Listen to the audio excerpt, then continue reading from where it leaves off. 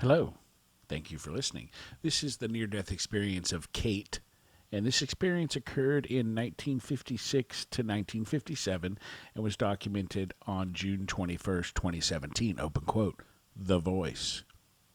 Unbeknownst to the children in this small town, the building of a community swimming pool had already started before my NDE. This was probably in part because of all those who were meeting their fate in the river, mostly at a spot called Casey's Pond. I remember driving past Casey's Pond and seeing the children swinging out to the middle of the pond on a rope. Although I was fascinated seeing them as we drive by, I really never had an urge to be around the water. Instead, being the tomboy that I was only interested in building a fort. After all, Weyerhaeuser had already built the floor by laying down log ties. All we had to do was build the walls and the roof. Yes, little minds have big ideas that can often be impractical and sometimes even fatal. There are only two people alive who were told about what happened to me. My friends' mothers were nurses at the hospital when I arrived at the hospital. I know about the one because of the class Facebook page, and I made it a point to have lunch with the other one about 10 years ago or so, although I don't remember how I found her now.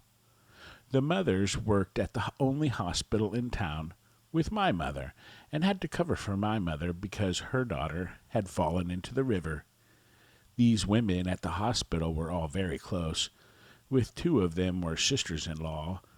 Another nurse and my mother had actually attended a girls' boarding school together, so there were previous connections with some of these ladies long before working together at the hospital. All of these women also had children my age, which meant that they knew that only one of the children between them had ever been in water deeper than a bathtub. They knew that it could have been any one of them who was suddenly being called home to handle their child's near drowning. As far as my mother was aware, I was out horseback riding.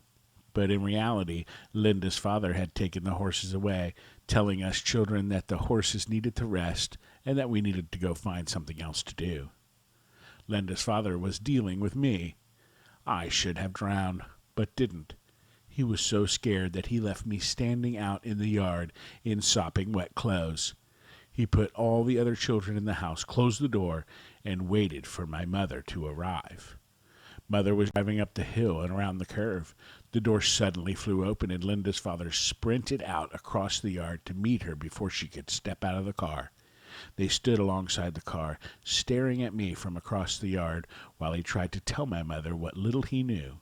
He was talking out of the side of his mouth, pretending they were discussing nothing out of the ordinary. As it was, the other children could explain how I fell into the river, but not how I got out of there. Unlike Linda's father, I remember my mother appearing very calm, cool, and collected, but I knew that wasn't really the case. She was a great mother who had a tough love approach to child rearing, who didn't put up with any nonsense. She never disciplined me in front of other people. I remember thinking, am I going to get it on the way home, and maybe even a spanking once there? I knew that this was really, really serious. When Linda's father and my mom were done talking, she called me to the car, and off we went. Driving down that long hill, my mother said nothing at all.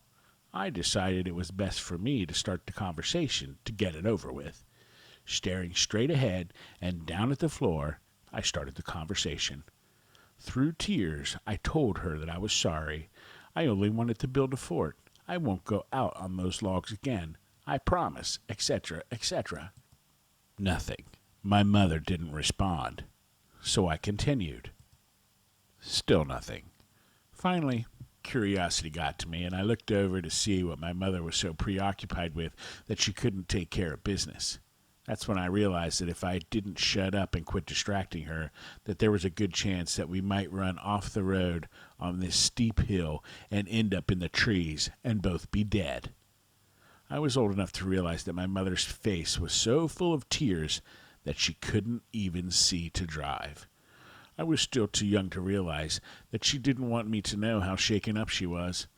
She wasn't talking because she couldn't, not without her voice crackling, revealing that she was crying.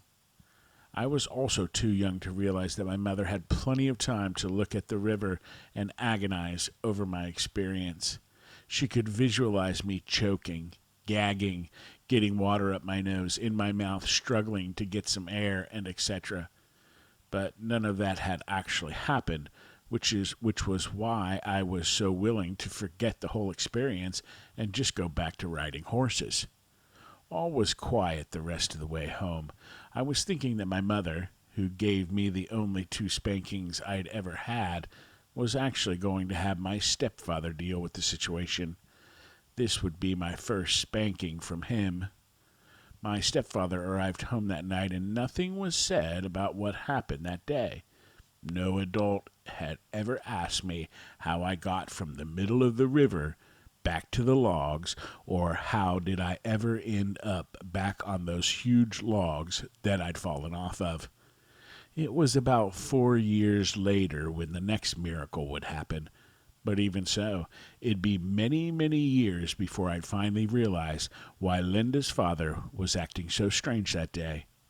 While everyone had appeared perfectly normal to me, I was just a child back then. Maybe I had missed the miracle of being moved from where I'd landed in the river and back to the logs I'd fallen off of.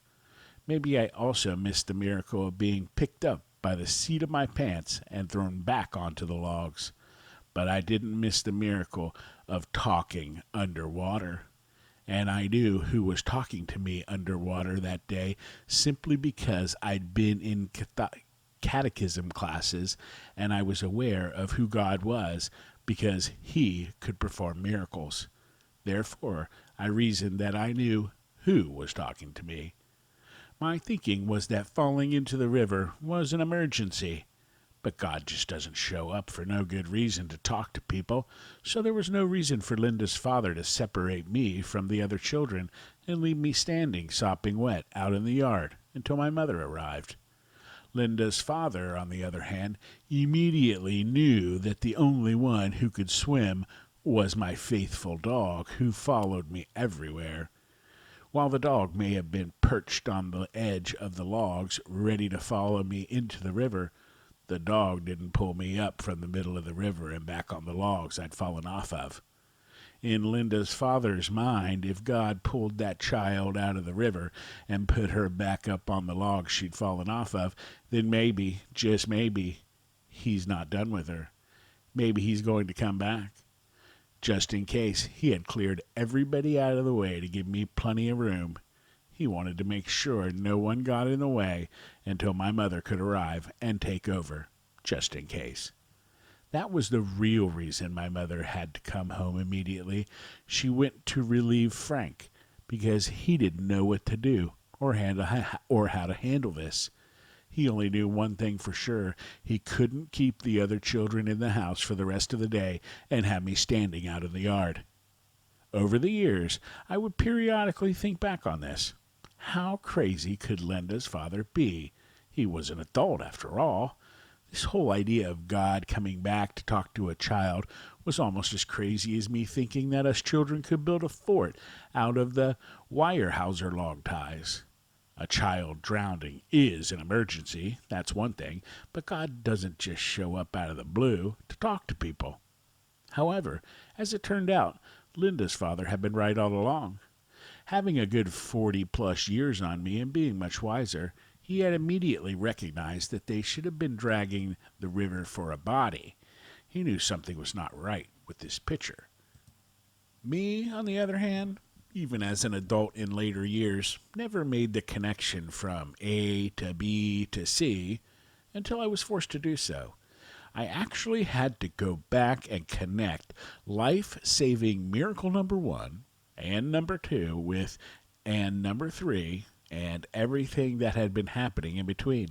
I guess when you have this heavenly experience at such a young age, you just get so comfortable with God coming in and out of your life, you think something along these lines is going on with everybody. Exactly what Linda's father had suspected was true. 4 years later, the voice was back. 3 different doctors were trying to figure out why was I suddenly had gone unconscious, crashing face first into the floor. It would be another 40 plus years beyond that when I would find the voice had actually changed.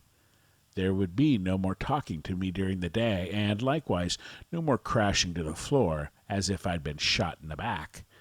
Unlike all the years before, in January 1998, I found that now I would be sound asleep in my bed, and whenever I was told also had to be documented in writing. This turn of events absolutely got my attention, getting me to refocus on what was going on in the world. It was obvious that this situation was no longer focused on private matters. This was no longer just about me, and for all intents and purposes, I realized that it never really was. Amongst other revelations, this led to the answer. The doctors could have never come up with why I had been crashing face first to the floor for over 40 years, every time the voice spoke to me. This scenario could be classified as one of those secrets or mysteries mentioned so often in the Bible, as the answer to this is certainly not where one would expect to find it. And like everything else, while the doctors could not figure out what I'd been dealing with, it turns out they had literally been brought into the picture for no other reason than professional documentation of their 3 written reports, because it appears that's how God works. Just as in the days of the Bible, everything with God has to be in writing, which only makes sense. After all, if he said, "Those who want to find me will search for me," how else would we connect the dots unless there's some sort of written trail to follow? Today, we have many NDEs to explore, with more doctors and scientists joining in and giving the NDEs scientific credibility. And while most of the general population are only too aware of how the devil uses the internet, more and more people are beginning to learn, and so too does God. Are these days of the computer just a coincidence? No. Just as there is no time element with God, there is also no such thing as a coincidence. It is only an explanation waiting to happen. Making computers available to the general public in our day, God has now opened everything up, giving the whole world access to his written trails. End quote. Kate, I think there's a whole lot more to these stories, but they were really good and definitely a primer.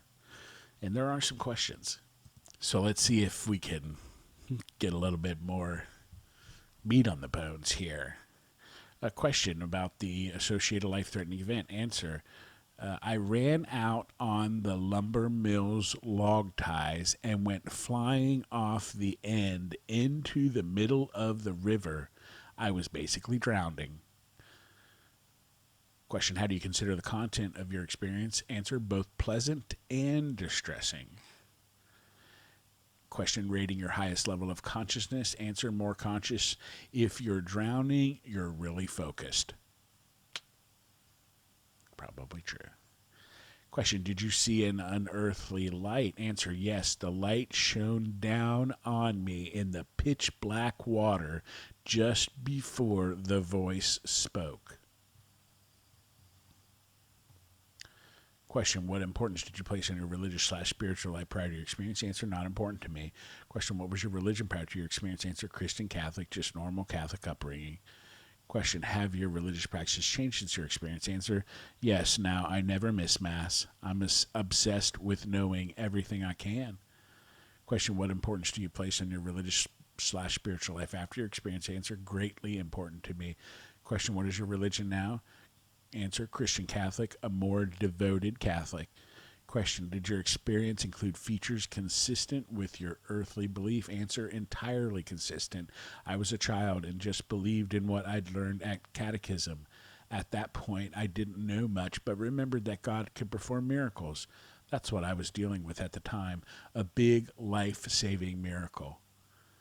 Question, did you have a change in your values and beliefs because of your experience? Answer, yes, not in my beliefs so much, but after the messages started, I got my little buns back into the Catholic Church so fast it'd make your head spin. Now I never miss Mass. Question, did you seem to encounter a mystical being or presence or hear an unidentifiable voice? Answer, I encountered a definite being or voice. The voice told me I would come to the top 3 times and then it would be all over. I assumed I was dying, and he was there to take me to heaven. He tried to get me to kick my feet so it would look like I was swimming, but I didn't understand why. Before TV, I'd never seen anyone swim before. The water was like air to me, so what was the point? He then told me to kick my feet as hard as I can because there might be an octopus in the water. I said, the octopus lives in the ocean. This is a river. He said, maybe one came up the river from the ocean. I replied, don't be stupid. However, the end result was that kicking my feet worked. I didn't mind drowning and going to heaven, but I was terrified of an octopus wrapping 8 arms around me. Many years later, there's a new restaurant on the water where you can have lunch and watch the creatures from the ocean coming up the river. One has to know when to quit arguing with God. Question. What life changes occurred in your life after your experience? Answer, large changes in my life. Some of the changes was just from the normal transition of going from childhood to adulthood. Later, after the messages started, the change was huge. I became obsessed. Question, have your relationships changed specifically because of your experience? Answer, yes. It basically depends on who can accept accountability. Some people just can't deal with God or a higher power because this means they must be accountable. To accept my experience means that there is a God or higher power. Question, how accurately do you remember the experience in comparison to other life events that occurred around the same time? Answer, I remember it more accurately. It's pretty hard to forget something like that. It's not an experience that happens every day. Question, was the experience difficult to express in words? Answer, no. Question, do you have any psychic, non-ordinary, or other special gifts after your experience that you did not have before the experience? Answer, yes. Although I don't think of it as a psychic ability, when one hits the target an abnormal amount of times, that's actually what it's called. Sometimes I also wonder if I'm given certain phrases in my sleep. I would say there are too many coincidences, except with God, there's no such thing, only an explanation waiting to happen. After reading about other NDEs, I now realize where this psychic ability came from. Also, prophecy came later. Question, are there one or several parts of the experience that are especially meaningful or significant to you? Answer, while I didn't drown on that day, my mother died 1 year after my NDE. She appeared to me 4 years later and said, I didn't leave you. I'm still here. And because I've had to spend so much time dealing with the devil, this was important. No matter what I've had to deal with, she's always with me. Question, have you ever shared this experience with others? Answer, yes, probably 40 plus years after the messages started. Depended on their religious belief. One person converted to Catholicism. He had been attending Mass for years anyway, just to accompany his mother. 2 different people returned to the Catholic Church. A couple people wanted to know what I know about aliens. I don't know if you're going to tell us. It's almost towards the end here. Question, what did you believe about the reality of your experience shortly after it happened? Answer, experience was definitely real. My mind was so much on horses as a child. Initially, I didn't give it much thought. The whole experience was perfectly normal to me. I was in danger of drowning, and out of the blue, God rescued me. However, at the time, as time went on, I would think back. It was very upsetting when I remembered telling God not to be stupid. As I got older, I would rationalize. I was just a child. God understood. I didn't mean it that way, etc. Even older, I would chuckle about it. Imagine telling God not to be stupid. If I didn't remember anything else that was said underwater that day, he wanted to make sure the word stupid stuck in my mind for 40 years when that word would play a major role in what he would be telling me. Question: what do you believe about the reality of your experience now? Answer: experience was definitely real. It's kind of overwhelming to know there was a lot more to my initial experience than I ever imagined or even thought possible. Question: at any time in your life, has anything ever reproduced any part of the experience? Answer: yes. Two-way conversation gone. Now he does all the talking. End quote. And what a marvelous story. Thank you, Kate. That was really pretty awesome. And thank you guys for listening. I hope you have a great day.